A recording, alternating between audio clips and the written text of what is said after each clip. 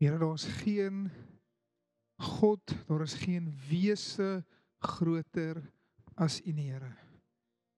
U is die Heilige, U is die Almagtige, U is die groote, sterke God. U is heilig en U is waardig. En U is waardig dat ons lewe nie lief het nie. Dit sal neerlê, ons kruis sal optel en U te volg. Here, U is die mikpunt, Here. You are the goal and you are the prize. U is die een op wie ons gefokus is. U is die een soos wie ons wil word. Here, ons wil U woord eet tot 'n deel raak van ons en ons dit word, Here. Kom vorm ons, Here. U is die pottebakker en ons is die klei. Ons is vanaand hier om gevorm te word in U hande. Jesus, Jesus, Jesus. Amen. Amen. Yes, ek vanoggend nou kom ons by die restaurant waar ons eet vanmiddag. Kies nou staan daar seker so 5 mense en rook. Ek sê vir hulle as maar die mense is ook bly dat die nuwe paus gekies is. Kyk hoe hulle rook. Hulle net wit rookies wat trek. Ek verstaan regtig hierdie Katolieke se gebruike aldag hier. Anyway, nou gisteraand. Kyk, ek geniet, ek hou daarvan om te lag. Dis my verskriklik lekker. En Erik weet al, ek hou nie van alleen lag nie. As ek op 'n snaakse video afkom, dan hy en Larissa soos loop deur. Hy is al so, en as ek eers begin, dan Instagram maar reels. Eers, dit is net so dis kan verslaan, jy weet. Maar toe kom ek op so een af te sê die een ou, mense praat mos altyd van, as jy nou eendag hemel toe gaan, dan kan jy nou hierdie geloofshelde ontmoet. Hy sê, maar weet of hy dit wil doen nie. Want wat gaan hy vir hulle sê? So hier kom David, ek het op 12 jaar 'n reus van 3 meter verslaan. Wat gaan ek vir hom sê? Ek weet nie, wat het ek gedoen? So ek soos, Here, ek gaan met meer geloofstappe begin neem, dat ek saam met hierdie ouens kan praat eendag. Of soos, Samson kom na jou, dan was ek Simon, aan die verkeerde een. Verkeerde Bybel. Samson, ek het 'n leeu met my kale hande vers. Ek het nie so iets gedoen nie. Ek hardloop as ek 'n spinnekop sien. Wat gaan ek vir hom sê? Nee, dit was 'n interessante ding om aan te dink, die goed wat hulle gesien het, maar vir my is dit 'n absolute uitnodiging. Ek lag eers vir dit, maar hoekom sê ek dit vir jou? Want vir my, ek sien dit absolute uitnodiging wat moontlik is vir ons. En van hoe niks vir God onmoontlik is. En as hierdie ouens dit gesien het, hoekom kan ons nie, en ek sê nie, gaan klim in 'n leeu ook nie. Wat ek vir jou sê is, ons God is in staat tot meer as wat ons dink, en wat ons verbeelding eers kan strek. En as hy sulke onmoontlike goed deur hulle kon doen, hy is nie aannemer van persoon nie. Die lewe as 'n mens is ons. Hoekom kan hy dit nie vir ons en deur ons doen nie? Al wat ons moet doen is onsself in posisies kry sodat dit met ons kan gebeur. Ek dink, soos ek sê, baie gelag, maar dit het my baie in die ding gesit, is, ek dink baie keer soek ons die getuienis, as ons kyk na die getuienis van die 3 ouens in die vuur, what a testimony. Hier daar ons kom maar uit en stink nie eers na rook nie. Eers het hulle nie gebrand nie, hulle ruik nie eers na rook nie. En ek meen, almal van julle het al langs 'n braaivleisvuur gestaan, dit is nie moeilik om te stink na rook nie. Maar op dieselfde tyd dink ek nie enigeen van ons bid noodwendig om in 'n situasie te kom nie. Ek dink ons is as mens ingestel om te beskerm en te preserve. En demon is ook 'n ander woord seker vir dit, maar nie die situasie te vrees nie en te probeer vermy nie, maar om te sien hoe God in die situasie jou ander kant kan uitbring. So dis eintlik vir my baie eers gelag en eintlik 'n baie stigtende en 'n bietjie mooi gedink daar, soos ek dink ons almal bid vir ek dink ons bid vir moeilike tye nie. Maar moeilike tye dink ek bring altyd die sterkste en amazingste getuienisse nie. Want as jy daaraan dink, daai is die getuienisse wat jou soos dra, as jy hoor soos wat iemand deur is. En ek sê nie jy moet hoop vir moeilike tye nie, maar Hallo, hallo, hallo. Maar wanneer dit kom, wil ek jou aanmoedig en sê, yes, soos trotseer daai ding met alles en soos, okay, Here, welkom, welkom. Ja, dis okay, ons is jammer, ons is voor jou hier. Okay. Ag, great, welkom. Ja, wanneer die storms kom en die druk kom, soos, Jesus Here, hier's 'n geleentheid. Wees op die uitkyk en soos Here, gebruik my nou. Hier's 'n geleentheid om u krag deur my in my um op in die te vertoon. In plaas van net noodwendig weg te krepeer van die situasie. Hy is more than able and more than willing. So enige vrae wat julle dalk op laasweek het, recap vinnig. Ek moet net seker maak dalk het van julle nou gaan dink daaroor. Laasweek ons het gepraat oor redding, punt 1. Redding, doping in die Heilige Gees en waterdoop dan nou, daai 3 goed. En dan nou ook mos nou hoofsaaklik wat jou heel eerste roeping is. Enige iemand wat vir my wil sê wat is jou heel eerste roeping wat ons vasgemaak het laasweek? Dis disipelskap dit sluit eintlik aan by dit is is 'n bediening van versoening. Dis nou 'n spesifieke antwoord. Dis die regte antwoord. Ek soek net 'n spesifieke een. Want die skrif sê dat aan almal is gegee bediening van versoening. So as jy niks verder uit hierdie kursus uitkry nie, wat ek hoop nie alles nie, maar geen persoon kan hier uitstap en sê dat jy het nie jou roeping ontvang nie. Want almal van ons heel eerste roeping is bediening van versoening. Die res vloei uit dit uit. Dit help nie, ons is geroep vir, en ek dink ons al baie keer spesifiek, is ek geroep vir 'n spesifieke werk, is ek vir besigheid, is ek vir bediening, maar daai kom altyd tweede teenoor bediening van versoening. Want as jy daai nie doen nie, beteken die res nie veel nie. Jy kan geroep word vir die besigheidswêreld en 'n amazing besigheidsman wees, maar as jy jou roeping as om 'n bediening van versoening te wees as 'n mens in God, dan mis ons dit. Daai is ons heel eerste prioriteit. So dit was dan nou laasweek. En dit is almal. Almal het die bediening van versoening ontvang. Almal van ons moet gered word en verkondig redding. Almal van ons moet gedoop word in die Heilige Gees in die sin van om krag te ontvang om 'n getuie te wees, en dan glo ek ook almal moet die groot doop deurgaan. Gaan jy jaal toe as jy nie die groot doop gedoen het nie? Nee, maar solank as wat jy by my in die kerk is, gaan ek jou aanmoedig om dit te doen. En as jy vir my vra wat is my motivering? Jesus. Jesus is op die ouderdom van 30 groot doop. En hulle vra vir Paulus, vra die tronkbewaarder, hoe kan ek gered word? En Paulus se antwoord is glo en laat jou doop. Altyd in daai volgorde. Glo is altyd voor doop. En dis hoekom ons nie die pedobaptism doen nie. Ons seën in, ek en my vrou het ons seentjie ingeseën.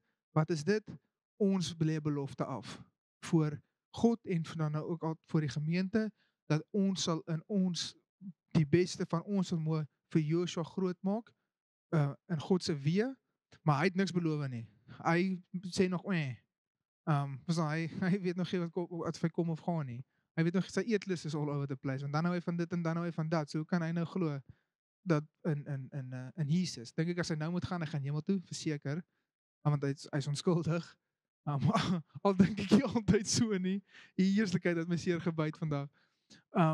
Maar en dit is wel lekker kry. Maar almal moet Jesus aanneem. En dan hulle laat doop, glo ek. So dan vanaand kom ons by die vyfvoudige bediening. En dis afdeling 3. Ek dink daar's baie grappies oor die vyfvoudige bediening. Roef ken hom ook.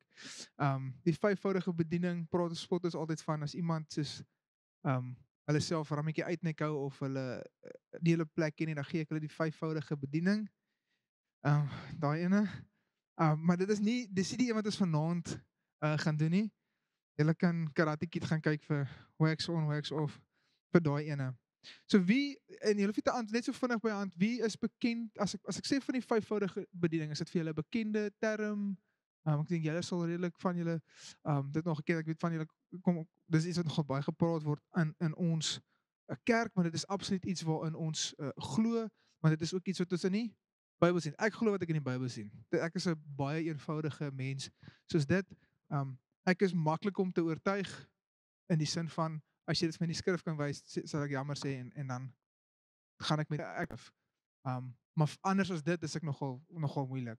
Um, ek verander nie somme van opinie net op gevoel nie.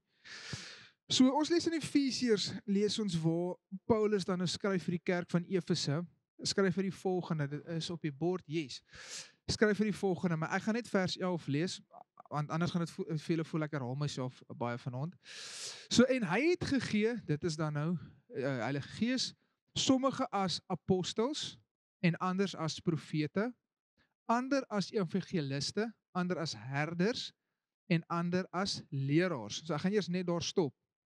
So die vyfvoudige bediening is apostel, profeet, evangelis, herder en leraar, wat God self gee, wat hy sommige aanstel, daai 5. Baie belangrik van dit is, het almal 'n vyfvoudige roeping? Nee, nie almal is vyfvoudig geroep nie, aan sommige is gegee.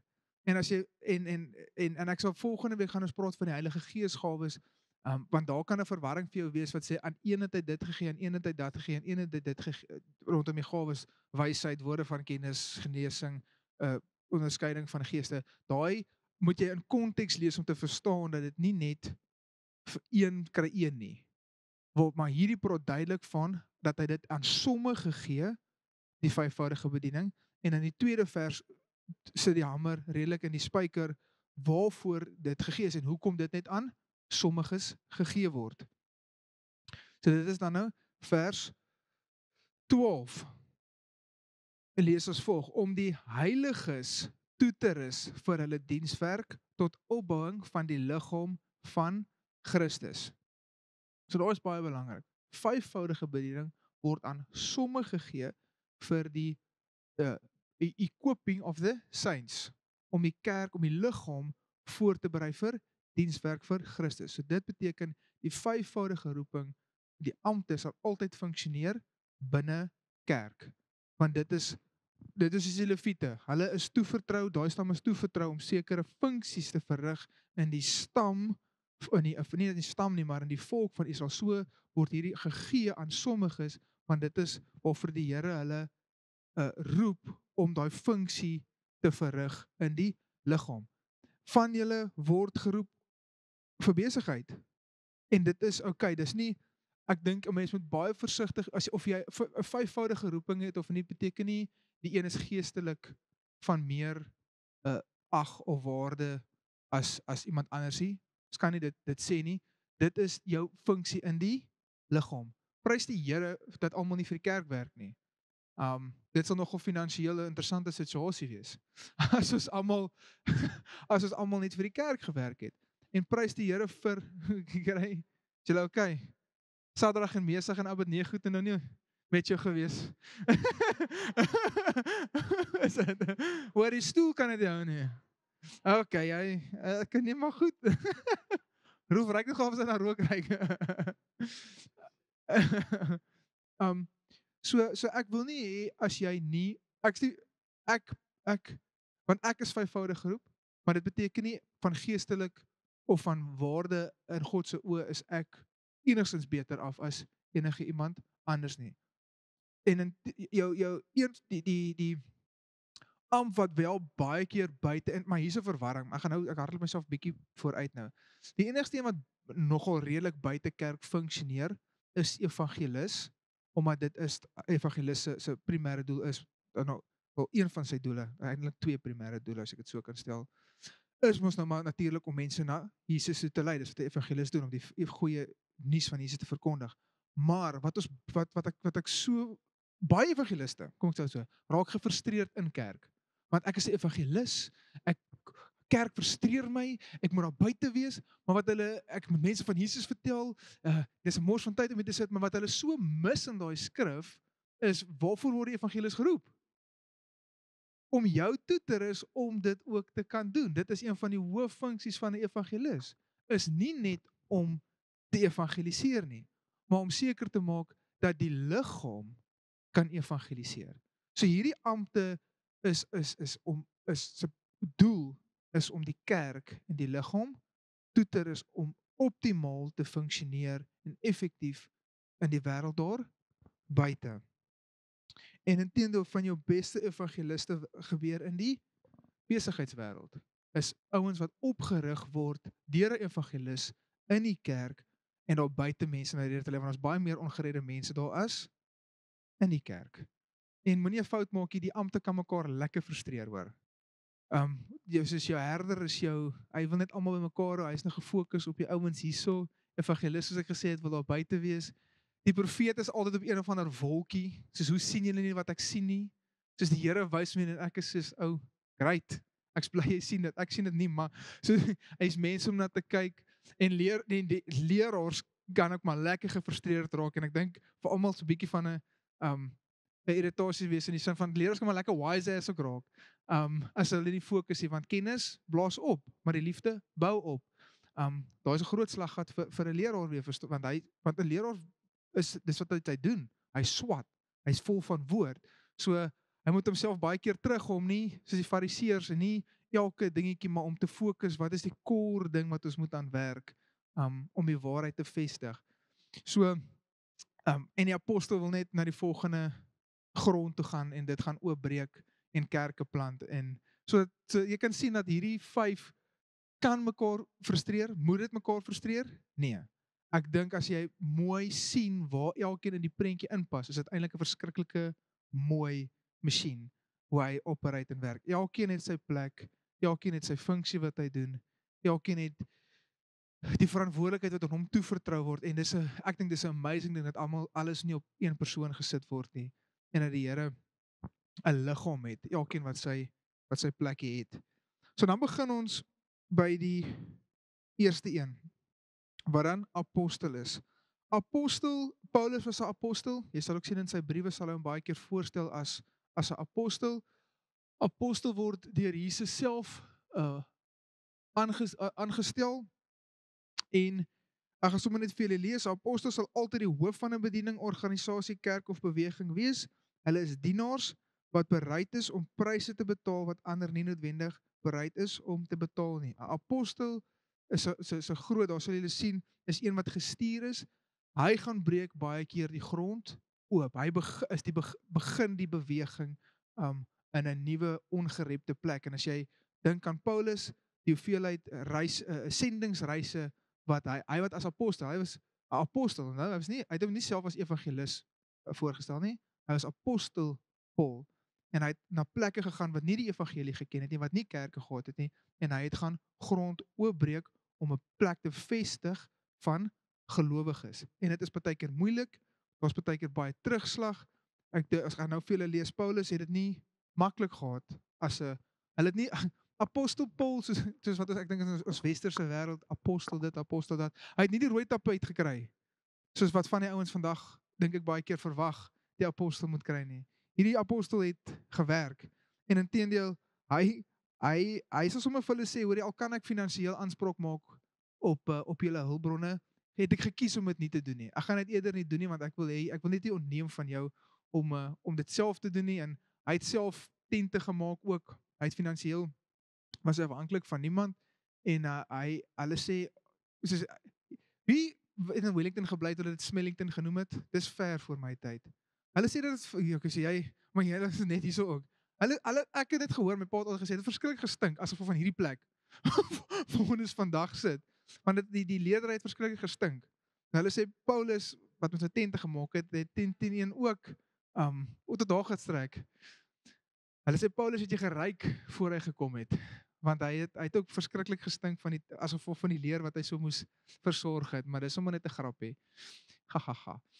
2 Korintiërs 11 vers 23 tot 29. Is hulle dienaars van Christus? Ek praat in uitsinnigheid, ek nog meer, in arbeid oorvloediger, in slaap bo die maat, in gevangenskap baie meer, in doodsgevare dikwels, 5 maal het ek van die Jode ontvang 40 houe op een na, houe op een na. 3 maal is ek met stokke geslaan, 1 maal is ek gestenig, en hy het opgestaan en teruggegaan in die stad in. En 3 maal het ek skipbreek gelei, 'n nag en 'n dag het ek op die diep water deurgebring, dikwels op reis, in gevare van riviere, in gevare van rowers, in gevare van my volk, in gevare van die heidene, in gevare in die stad, in gevare in die woestyn, in gevare op die see, in gevare onder die valse broeders, in arbeid en moeite, in slapelose nagte dikwels, in honger en dors, dikwels sonder ete, in koue en naaktheid. Behalwe dit alles, my daaglikse bekommernis, die sorg vir al die gemeentes. So ek dink jy kry redelik die prentjie dat in gevare. Paulus was deur dit gewees, en ek dink nie dit was om 'n verrassing nie. Ek dink as jy dink aan die profetiese woord wat hy gekry het, waarna hy moes gaan, en hy sal hoor hoeveel hy moet deurbring vir die evangelie. So Paulus dit was sy roeping gewees. Mense, jy kry daai. So ek roep jou, Rolf, so hierdie is hoeveel jy gaan suffer vir vir jou roeping. Dit was wat hy gehoor. Ek dink dit is wat almal wil hoor nie. Ons wil hoor wat 'n amazing bediening ons gaan hê. Ek dink almal van ons wil. Ek wil soos dit nog op my lekker wees om Here, wys vir my die 30 jaar plan. Ek wil nie verder as dit sê. Ek wil net soos weet waartoe ek op pad is. En Paulus het sy plan gekry, en dit was 'n moeilike een, maar hy het dit getrotseer en volhard vir Christus. En dit is omdat hy dan ook 'n apostel was. Baie belangrike ding van 'n apostel is, dis die enigste amp wat funksioneer in al die ander. Hy kan profeteer. Ons weet Paulus sê, ek profeteer meer as almal van julle. Hy kan evangeliseer, hy optree as evangelis. Paulus het dit ook gedoen. En hy was 'n leraar. Ek meen, hoe geleerd was Paulus? Een van die mees geleerdste mense van sy tyd. Hy het by die top rabbies geleer. Hy het inteendeel, hy kon vir van die ander ouens vertel het van hulle eie geloof. As jy gaan lees in Handelinge, the Hill of Mars noem hulle dit. Waar hy op die top van die berg gaan vertel hy vir hulle wat hulle glo, en dan bring hy dit na die evangelie toe. Onder andere, een van die stories wat hulle gesê het, is, hulle het geglo die gode was op 'n tyd verskriklik kwaad vir hulle gewees, en toe, en niks wat hulle gedoen, so was droogte, dit was net soos chaos in die land. Toe daar een ou met sy skape teen die berg opgegaan, en toe het hy 'n lam gaan slag bo op die berg. Dis nou wat hierdie heidene, hierdie goddelose mense, die storie wat hy het hierdie lam gaan slag, en dit het die gode gesatisfy, en toe dan nou weer vrede geheers in die land. En Paulus vat dit, en hy sê vir hulle, so kan ek vir julle vertel van die regte lam, die ware lam wat geslag is. Ons dan hierdie ou was verskriklik geleerd gewees. So hy kon ook optree dan nou as 'n leraar, en hy's ook 'n herder. Maar as jy kyk hoe hy vir Timoteus, as jy die briewe van Timoteus gaan lees, hoe hy geherder het oor Timoteus, hoe hy geherder het oor die gemeentes, ek verlang om by hulle te wees. Hy sê vir hulle, as ek aan julle, ek bid gedurig vir julle, wanneer ek aan julle dink. Dis 'n ou wat 'n innige liefde gehad het vir die gemeentes wat hy geplant het. Vir die Romeine sê hy, ek wil na julle toe kom, ek is op pad na julle toe, ek wil na julle toe kom. So hy het 'n verskriklike herder ook opgetree. So hy het as almal opgetree. En dan kom ons by profeet. So die profeet verklaar die boodskap van God in toekomstige dinge, en meer algemeen sy boodskap uitspreek vir 'n spesifieke situasie. 1 Korintiërs 14 vers 3, maar hy wat profeteer spreek tot die mense woorde wat stigting en troos en bemoediging. Die profeet ondersteun die apostoliese amp. Die profeet bepaal nie die rigting in die gemeente nie, maar bevestig die rigting wat die Here in die apostel se hart plaas. Jy sal in 'n gemeente baie keer 'n apostel kry. Dis min dat daar meer as een apostel is. Maar daar kan menigte profete, evangeliste wees, maar apostel is, soos julle ook hier kan sien, is die leier van die beweging dan nou. So die profeet sal nooit teen die apostel gaan nie, maar dit sal as 'n raadgewer altyd optree in daai aspek. Is ek 'n profeet? Glad nie. Ek sal nooit vergeet nie, ons was nog in Parel gewees, JC die een keer daar kom bedien, en ook toe praat hy onder andere oor die 5 ampte en die roeping van dit, en hoe wanneer daar 'n spesifieke woord oor jou gespreek word, hoe jy in jou gees sal voel, en dit klink nou baie airy-fairy, maar in jou gees sal voel as iets akkuraat is. So as iemand net iets oor jou sê, dan sê jy sommer voel, dit val soos dit is flat, dit is soos koue badwater, dit is soos dit sit nie reg hier. Maar wanneer iemand akkuraat iets profeteer, dan sal dit soos daar's 'n vrede, maar daar is so soos daar's 'n gevoel van okay, soos hier kan dalk meer wees aan dit. Maar ek moet gou die storie klaarmaak.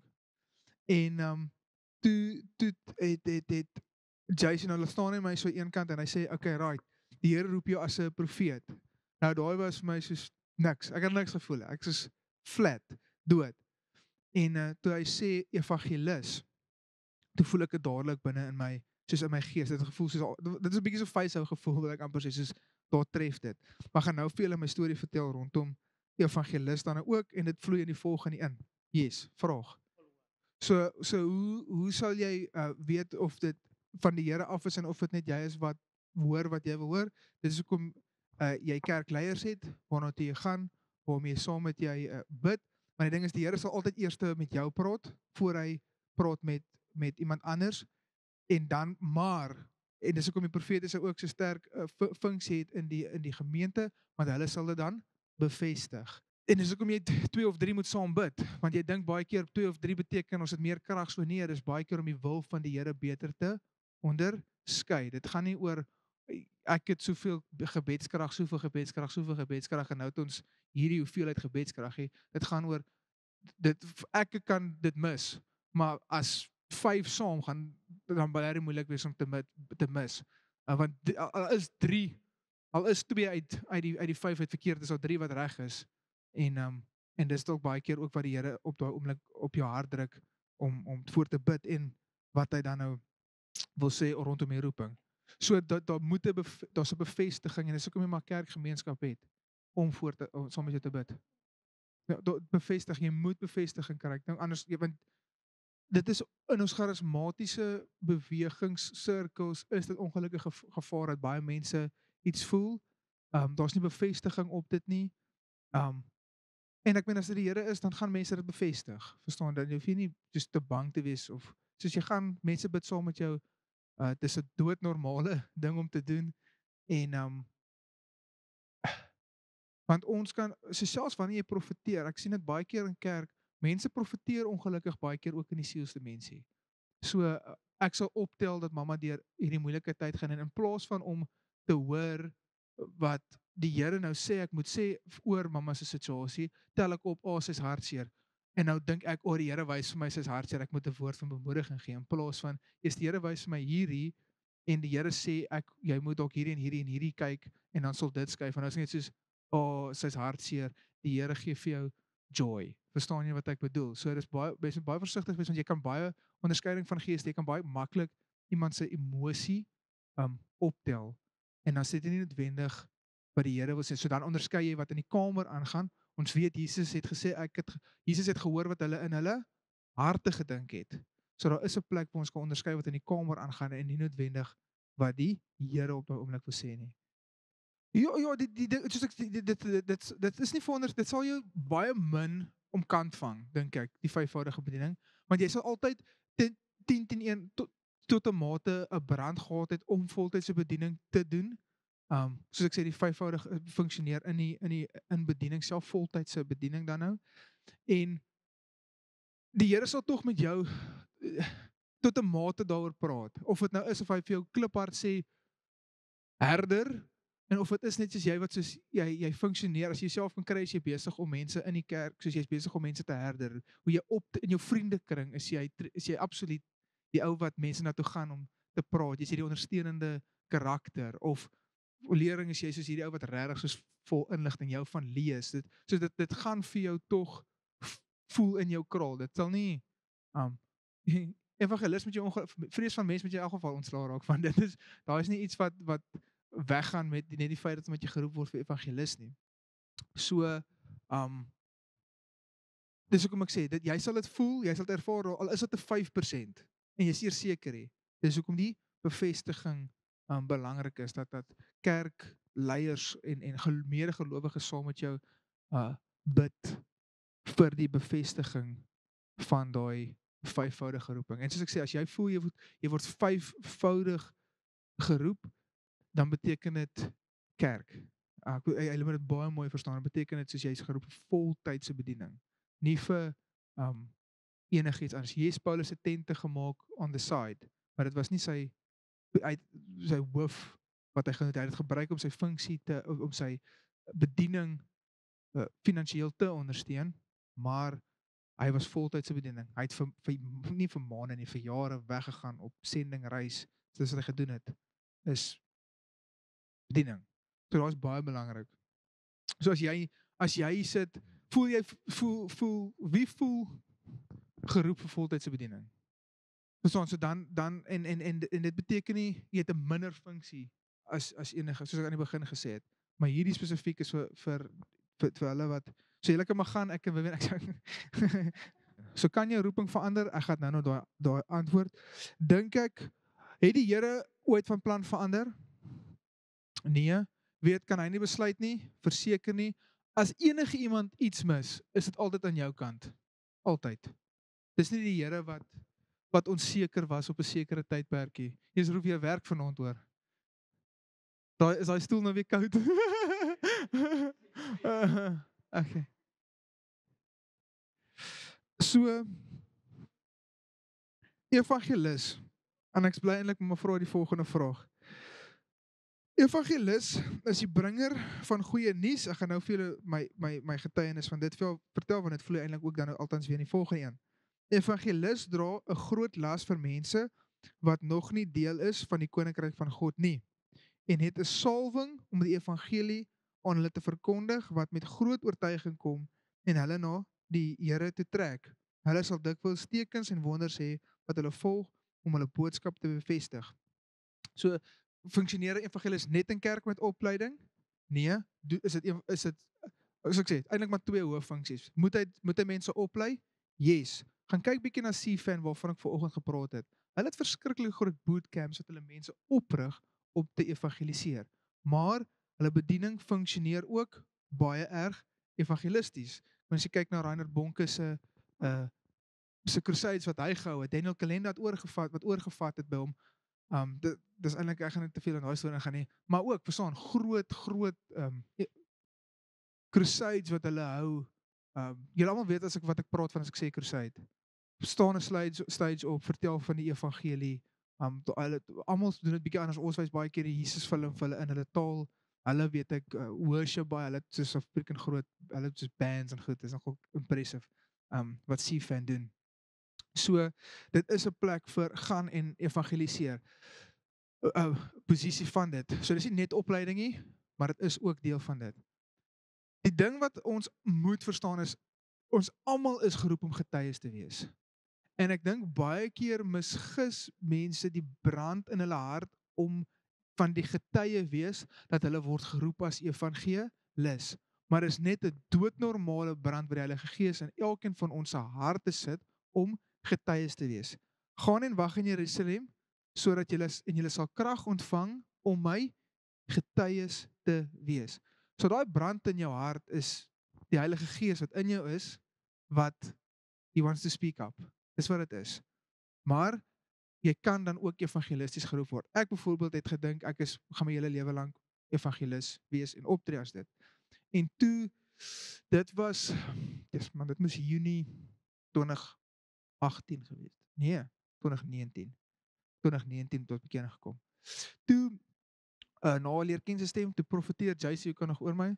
Toe sê hy sien posisieverandering. Hoe soos in rugby waar jy van posisie verander in rugby. Ek was altyd 'n flank, soos ek soos center. Want elke flank wil center speel. Wys my flank wat nie center wil speel nie. En ek wys jou ou wat jok. En hy sê hy sien hoe die Here my van posisie verander van evangelis na herder toe. En ek het eerlik gedink daar sê soos ek nee, was 'n manier nie. Want ek het die bos gelief. Soos ek het saam met weet ek met Frank, ek was op elke Malawi, ek was al meer as ek 12, 13 keer was ek al in Malawi gewees. Langstraat, elke Vrydag aand in Langstraat, soos evangelis was my lewe gewees. En Frank is ook is geroep as 'n evangelis. So dit was ek is soos dit kan nie wees nie. En hoe meer ek begin groei het in Christus, kon ek al meer agterkom hoe ek die natuurlike vir my nie noodwendig dit was nie, maar die herderkant van dit. Jesus het vir my 'n passie gewees om mense van Jesus te vertel nog steeds. Maar ek het agtergekom hoe die pad stap saam met iemand, hierdie wat ons nou doen, oprigting, vir my baie meer natuurlik en dit is wat my ook opgewonde maak. So daar was 'n en ek is soos Here, want ek soos verduidelik soos hoe want ek is dan geroep as evangelis en nou herder en dit kom daarop neer is die evangelis was iets gaan dit met almal gebeur? Nee, maar dit was iets wat die Here in my hart wou vasmaak om ek wil hê jy moet vir 'n tyd seisoen in jou lewe die hart van 'n evangelis verstaan het. En dan het ek oorgegaan in herder. Want herder kan baie keer net fokus op hierdie. Nou soos in 'n dit is 'n gemeente hierso en ons het nie 'n ou wat vyfvoudig evangelisties geroep is nie. So ek weet daai word op my dit is deel van my roeping hier is om evangelisties te beweeg en dit is een van die goed wat ons binnekort wil 'n uitreikprogram begin hierso. Ons is wil net eers die opleiding klaarmaak vir die uitreik. Maar die ding is ek het vir die eerste deel van my lewe as evangelis gesien hoe dit werk, gefunksioneer, gesien hoe uitreike werk. So dit was 'n seisoen van opleiding vir my sodat ek daai been kan hardloop saam met die feit dat ek eintlik vyfvoudig herder geroep is. Want dis waarvoor ek geroep is, vyfvoudig herder. En dit kom dan by die volgende een. Almal okay nog tot dusver? So die Here het nie van plan verander nie. Sy plan was opleiding vir my in daai aspek. Wil hê jy moet vir 'n tydperk die hart van die evangelis verstaan. Ek wil jy moet sien hoe 'n evangelis dink, sodat jy daai kan verstaan en so kan optree ook, maar vyfvoudig is ek herder geroep. Dink Erig, jy is ook vyfvoudige herder geroep as ek nou reg is. Yes, Erig is ook vyfvoudige herder geroep. Dis hoekom hy byvoorbeeld, hy gaan ook eendag, hy's nie vir ewig hier nie. Dit is freak en hartseer. As hy kon, maar gaan nie met die Here stry nie. Hy gaan my Here, hoor my hart, maar hy gaan ongelukkig nie vir altyd hier by ons wees nie. Hy maak einde van die jaar klaar. Hoekom? Want dan begin sy opleiding vir sy eie gemeente eendag. En prys die Here daarvoor.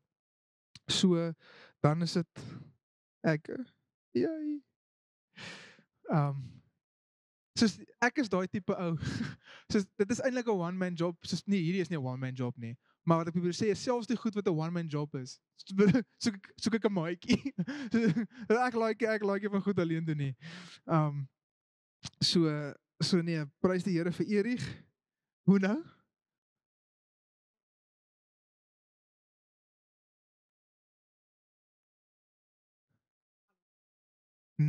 Julle dink so. Julle dink so. So 'n herder is 'n voeder, beskermer en heerser van 'n kudde.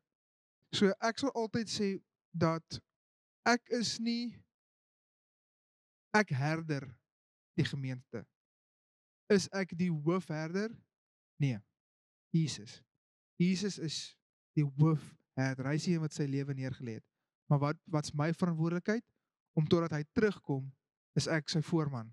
Tree ek op as herder, is dit my verantwoordelikheid om jou te voed. Te voed met die woord. Die waarhede te bring, op terug, te disipel, sodat wanneer jy uitgaan daar buite, jy toegerus is om dit te doen. En dit vloei dan ook in die volgende een in, want 'n herder en leraar sal baie keer saam funksioneer, want 'n herder moet baie keer ook kan lering gee. Is 'n instrukteur. Leraars onderrig en bou die kerk. Hulle beskik, so as jy onderwyser is jy geroep as 'n leraar? Nee. Hierdie gaan spesifiek vir die kerk. Hulle beskik oor 'n salwing om die woord op 'n verstaanbare manier te verduidelik wat die gemeente gegrond hou deur goeie fondasie te lê en meer te laat honger vir die woord.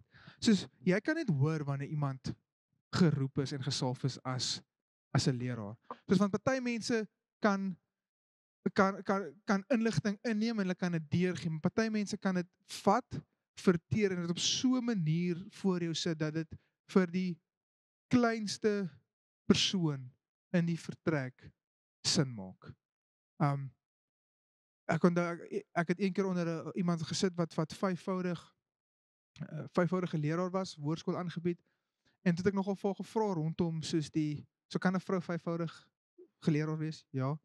Um, um, toe, ek dink hulle almal dink hulle is, net joke, maar sien nou, dan maak ek daai stupid grappies wat ek nou vanoggend gesê het jy nie moet doen nie.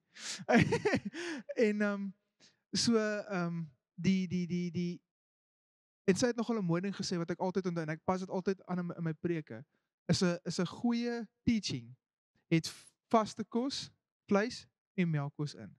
So jy het dit vir jou ervare volwasse Christene het dit kos in, dat dit nie dit soos ek het hier al gehoor nie, maar is ook melkkos in die preek vir die ou wat regtig nou net eers tot geloof gekom het. En dis nogal die ouens wat geroep is vir lering, kry daai verskriklik goed reg. Is om almal wat voor is sit, of dit nou jare stap met Jesus en of hulle nou net begin het, was iets vir almal in dit. En hulle het net die vermoë om die ingewikkelde goed maklik te maak. Beteken dit dat as iemand nie iets eenvoudig kan verduidelik, kom ek 'n voorbeeld wat nou by my opkom is Ravi. Ravi Zacharias. Hy was 'n goeie apologist. Regtig 'n fenominale apologist. Maar as jy sy goed geluister het, ek moes dit soos 4 keer luister en dan het ek so 20% gevang van wat hy gesê het. Beteken dit dat hy het nie 'n lering, 'n salwing op hom gehad nie? Verseker, ek dink daai was verseker vyfvoudig lering geroep gewees. Met hoe die Here hom gebruik het. Maar sy crowd wat voor hom sit, was akademikuste.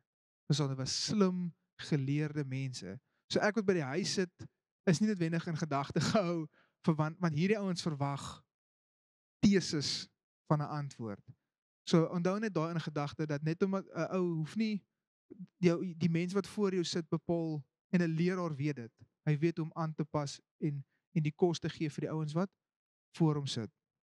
So dis die vyfvoudige ampte. So apostel, hy kan in almal vat, soos ek gewys het. Hy kan wees profeet, herder, evangelis en leraar. En hy is die hoof van die beweging. Kan hulle beklei? Ja, maar wanneer hulle mekaar verstaan, soos wat ek nou verduidelik het, soos herder verstaan, evangelis, gaan nie altyd by die kerk wees, want daar is 'n plek wat hy mense leer in die kerk, maar ook moet uitgaan om mense na Jesus toe te lei. Yes.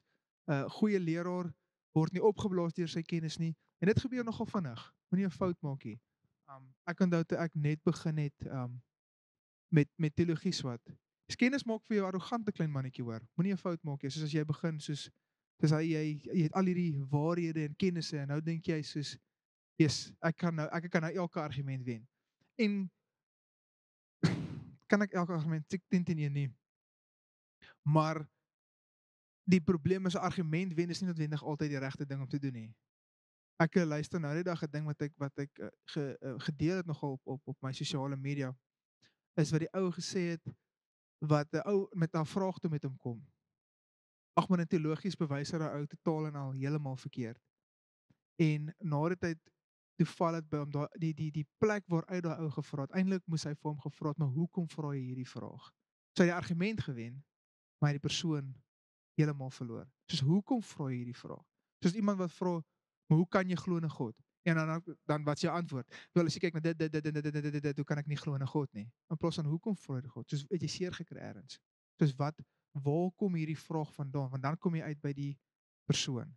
En dit is nogal 'n leraar kan dit goed doen, maar ek dink dis 'n goeie life skill, dink ek, vir almal van ons om by die vraag, agter die vraag aan te kom. Want argumente is nie te moeilik om te wen as jy die regte feite het nie. En moenie, en dit is nou seker heel op 'n ander noot ook, maar moenie bang wees om met iemand in 'n gesprek te gaan rondom die woord van God nie. Al voel jy's nie well-equipped of jy ken nie genoeg skrifte nie. Dit beteken nie noodwendig jy's verkeerd nie. Soos ek kan vir jou waarborg, daar's moslems wat jou dalk nie gaan laat twyfel in jou geloof nie, maar wat skrifte genoeg kan quote, wat jy gaan soos, okay, ek het nie noodwendig 'n antwoord op dit nie, want hulle ken hulle Bybel vrek goed. Hulle het my altyd ek soos, ek hoor jou, laat ek net, kom ons, maar wat is die geheim? Kom ek vat jou nommer, kom ons stap 'n pad saam, want ek is seker, daar is 'n antwoord vir hierdie vraag wat jy het. Ek het dit net nie, nou nie. Ons het die antwoord, die waarheid is altyd aan jou kant. So moenie geïntimideerd voel deur iemand wat 3 boeke meer as jy gelees het en nou voel dit vir jou vrek, ek's nie ekoop vir dit nie. Dis okay. Vat die ou se nommer, gaan doen navorsing, vat die vraag wat hy vir jou gevra het. Jy kon dit dalk nie nou geantwoord het nie, maar nou weet jy ten minste waar jou loopholes is, wil ek amper sê. Die gate wat jy kan toestop. Dit is enige encounter, gaan nou vir mamma, sorry. Enige wat is encounter in Afrikaans? Enige persoon wat oor jou pad kruis, kan jy iets van leer. En moenie en ek wil amper sê, daag jouself uit om te kyk waar jou gebrek aan kennis sodat jy jouself kan toerus. Die woord van God is daar om ons in alle maniere toe te rus, en dit is waarvan apologist ook kom, is die woord, die Afrikaanse verskillende woord, ek gaan net sê apologetics, is om wees, so dit is vir ons gereed om die antwoord te kan gee vir die hoop wat aan julle antwoord. Beteken jy het misluk as jy nie elke vraag kan antwoord nie? Nee, wanneer misluk jy? As jy nie ten minste gaan kyk wat die antwoord is daarna nie. Dis wanneer jy misluk in dit. So ek vat ouens se nommer as ek kan antwoord, hulle sê en ek is seker ons antwoord, ek weet dit net nie nou nie, maar kom ek gaan kyk vir jou. Die vraag, ek wil net herhaal vir die aanlyn. So hoekom praat die Here van profeet, leraar en herder, maar nie van apostel en evangelis in die verantwoordelikheid waarsku. So wat ons moet verstaan is die God se die Engels praat van missional plan. In die Ou Testament en in die Nuwe Testament verskil van mekaar.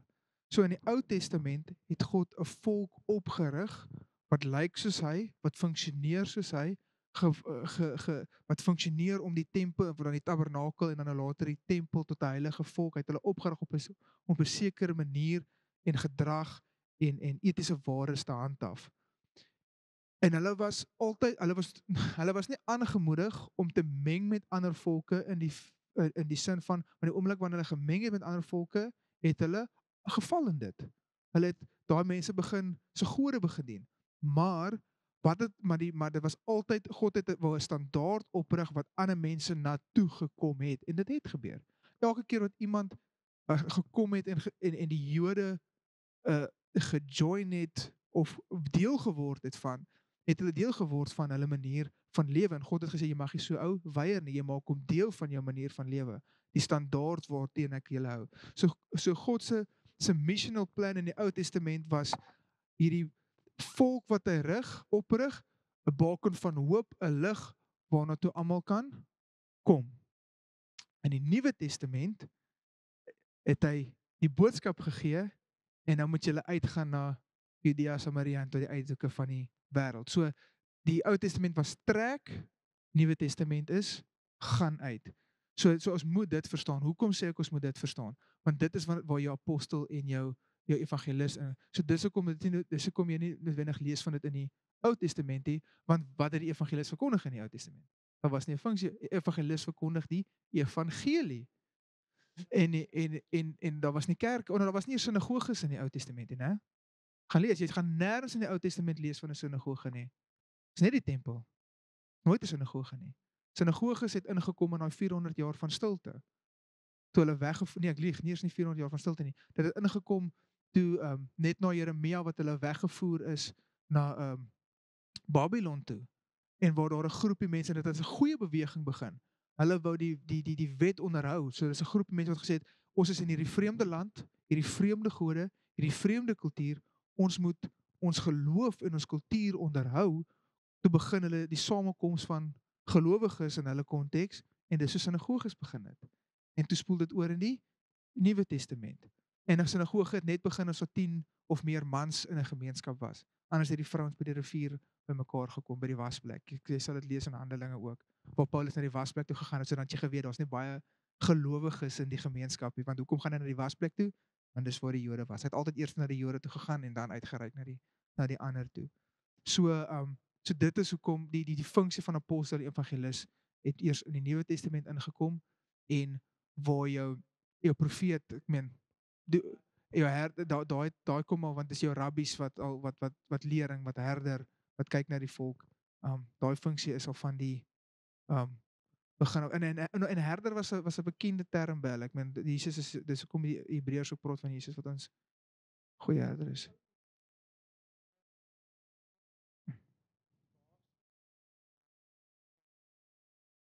O nee, glad nie. O nee. Ja, nee, absoluut. Die ding is die verantwoordelikheid.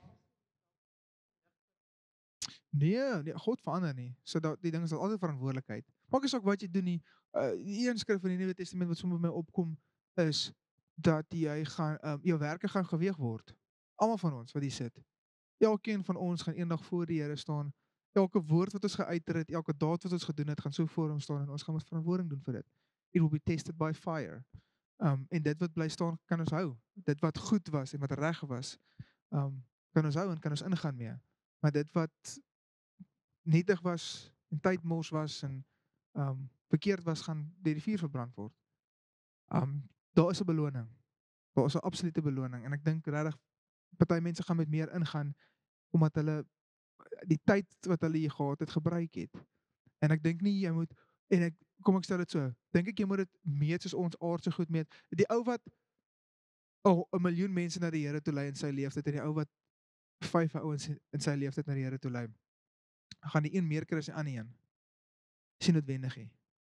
In die sin van as jy net 5 gekry het omdat jy lui was en dit is wat jy moeite gedoen ja, maar as jy dit is wat jy gedoen het, jy het jou lewe ingewy volgens die Here se weë, soos dit is nou maar net wat gebeur het. Is dit nie jy was gehoorsaam. Solank as jy gehoorsaam is, sal 'n beloning wees. Ek dink ek het jou die storie vertel van die oom wat sy hele lewe lank mense van Jesus wel hele lewe lank die laaste hele paar jaar van sy lewe van Jesus vertel het en net nie eers een bekering gesien het voor hom nie. Nie een nie, en hy het gedog sy lewe is in Australië gewees. Hy het gedink sy lewe is 'n mors gewees.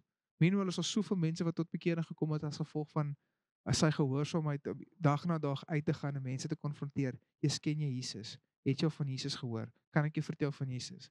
Almal bid hom en dan weke daarna dan kom maar mense tot bekering as gevolg van die bal wat die oom aan die rol gesit het in hulle lewe. So, daai oom gee 'n beloning. Ons kan dit nie meet aan getalle of ons manier van hoe ons baie keer goed meet nie. Gaan ouens in bediening meer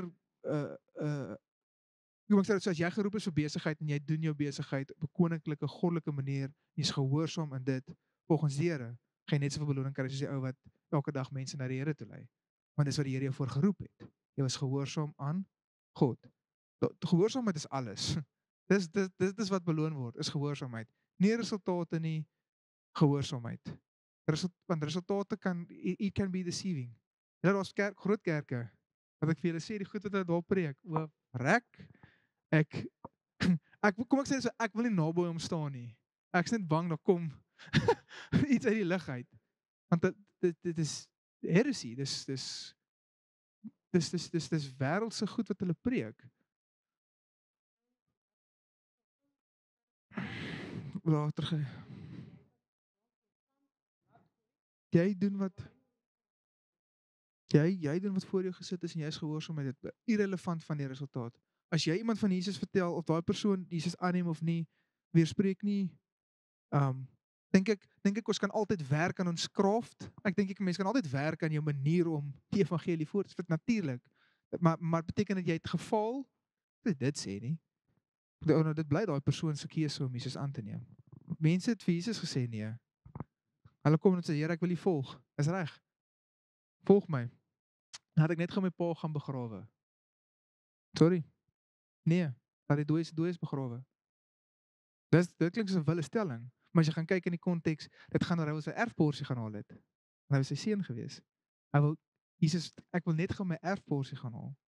Dan kom ek terug. Dit klink vir ons Jesus like Jesus, dit is nogal hard.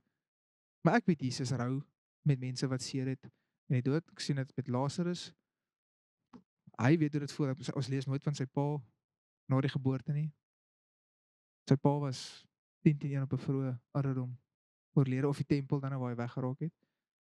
voor 'n ouderdom, 10 wat sy pa weg is. So hy het verlies geken en ek dink hy het meegevoel gehad met die dood. Dis nie dat hy nie omgegee het nie, maar in konteks waar daai seun sy erfporsie gaan haal het. Here, ek wil U volg. Dis reg. Jakkalse het gehad en voëls het neste, maar die seun van mens het geen plek om sy kop neer te lê nie. Crazy ding wat ek is soos ek het so 'n bietjie in die begin toe te lees, ek sê wat beteken hierdie Here? Hier is dis 'n ja of 'n nee. Hier is interessant. Kom op neer, ek is die seun van mens. Ek is, en as hy sê seun van mens, praat hy van ek is God. En ek het nie eers 'n huis wat ek my huis kan noem nie.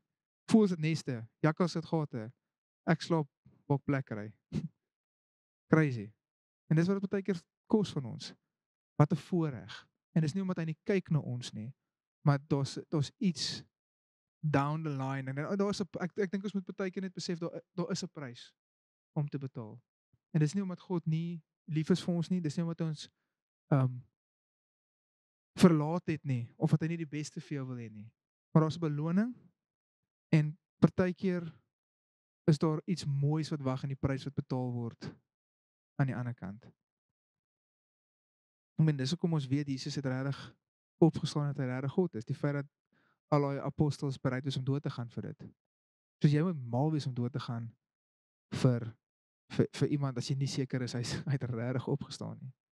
Maar hulle was so seker hy het opgestaan dat hulle bereid is om dood te gaan daarvoor, want hoe anders? Gaan ons almal doodgaan dalk 10 is een van ons, hè? Glo ek. Vir die evangelie. Maar as dit daarby kom, dan yes. Here help ons. Maar ek glo daar is 'n genade in daai. Ek dink ek praat eintlik nou lekker baie.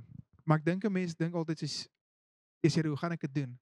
Maar oomblik reg daar's 'n genade en daar's 'n bekragting van die Heilige Gees in daai oor nie.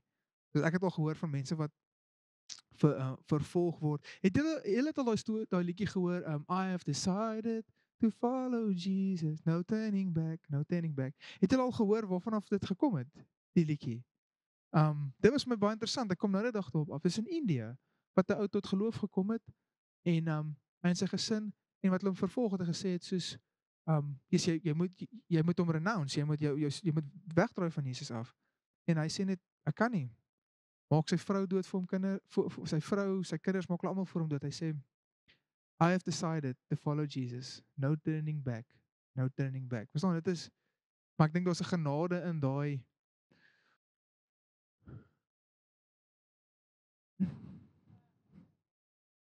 Mm.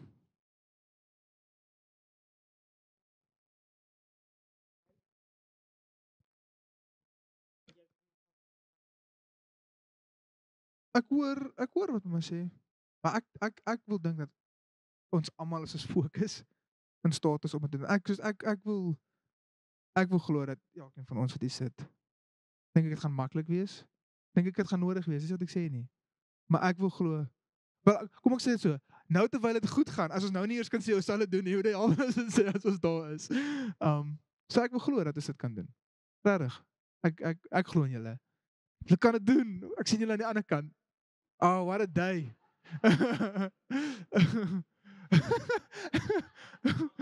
Ek sien nee, ek sien jou daar. Ek sien julle daar. Hey, maar eers wat 'n dag gaan dit wees, hè? Eers dink daaraan en ek dink 'n mens moet daai ook in perspektief hou. Wat 'n dag gaan dit wees as ons mekaar eendag op bo sien. Soos moenie fout maak, hierdie is my lekker. Ek hou daarvan om sonnaande saam met julle te wees. Maar gaan dan baie meer geniet om saam met julle op bo te wees. Die daai gaan dan freaking lekker wees. Dan gaan ons partytjie hou. Mense. Ek weet ons gaan partytjie hou want hulle sê die engele hou partytjie as iemand tot bekering kom. So ek dink ek hoop julle partytjies hou op die tyd wat ons daar aankom. Weet jy wat, né? Ek dink, kom ek sê dit so. Ek dink daar's mense wat ons daarbo gaan sien wat ons nie gedink het daar gaan wees nie. En andersom. Ek dink so. Maar dis gelukkig vir ons om besluit hè. Nee, verseker en ek dink dit is hoekom dit belangrik is dat 'n ou jouself gefokus hou op Jesus konstant en nie net te wag vir wanneer die vraag gevra word nie, want so die dag wanneer die vraag gevra word dat jy uit jou gees uit kan optree en nie uit jou vlees uit. En dit is wat my so mooi is van Sadrag, Mesach en Abednego se storie. Is die koning wat vir hulle vra, wie is die God wat kan God julle regtig red uit hierdie vuur uit? En hulle antwoord is soos, selfs al doen hy nie. Kan hy? Ja, maar selfs al doen hy nie. Let it be known. Ons gaan nie buig voor jou voor jou God en voor jou beeld nie. En dit is my so merkwaardige ingesteldheid, want hulle ingesteldheid was nie een van ek aanbid hierdie God want hy gaan my red uit hierdie vuur uit nie. Dis soos, kan hy? Ja. Is daar kans dat hy nie gaan nie? Ja. Maar wat dit ook al mag sy, of as ek lewendig hier uitkom, amazing. As ek nie lewendig hier uitkom nie, amazing. Ek is dan, verstaan, soos, dan is ek by hom. Daar was nie agterdeur nie. Dit was die Here of niks. Kan hy? Ja. Gaan hy? Ons weet nie altyd nie. Maar Stefanus, interessant, né? As jy gaan, Stefanus het een van die langste preke, geskrewe preke in die Nuwe Testament, wat van hom geskryf is, wat hy gepreek. En wat was hy? Was hy vyfvoudig geroep? Hy was 'n diensknegt.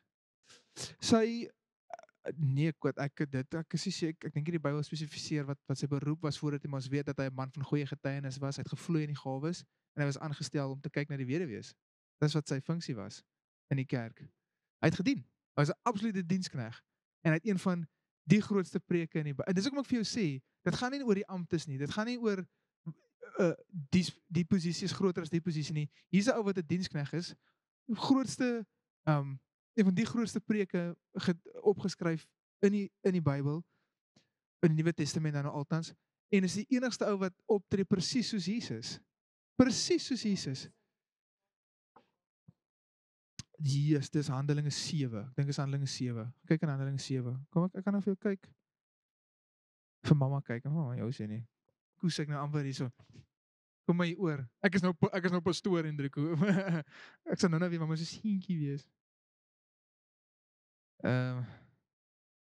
Handelinge 7. Ja, Stefanus. Ja, Stefanus. Die Stefanus is Handelinge 7. Vergewe hulle want hulle weet nie wat hulle doen nie. Dit was 'n kragtadige tyd en wat 'n man. Dit was nie net, hy het nie net sop geskep nie, hulle.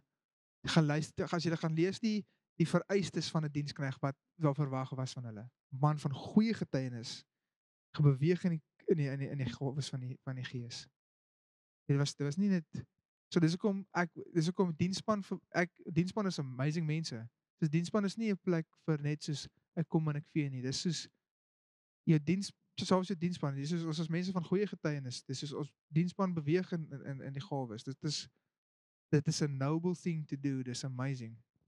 Dis nie 'n rang in die koninkryk van God nie. Wat ek dink ons baie keer dink, want dit is so die westerse wêreld. Die ou wat koffie maak en die kombuis skoon maak is nou net begin. Verstaan, dis hierdie wêreld dink en funksioneer. Want die koninkryk dis 'n omgekeerde koninkryk, dis 'n bietjie anders. Enige ander vrae? OK, cool.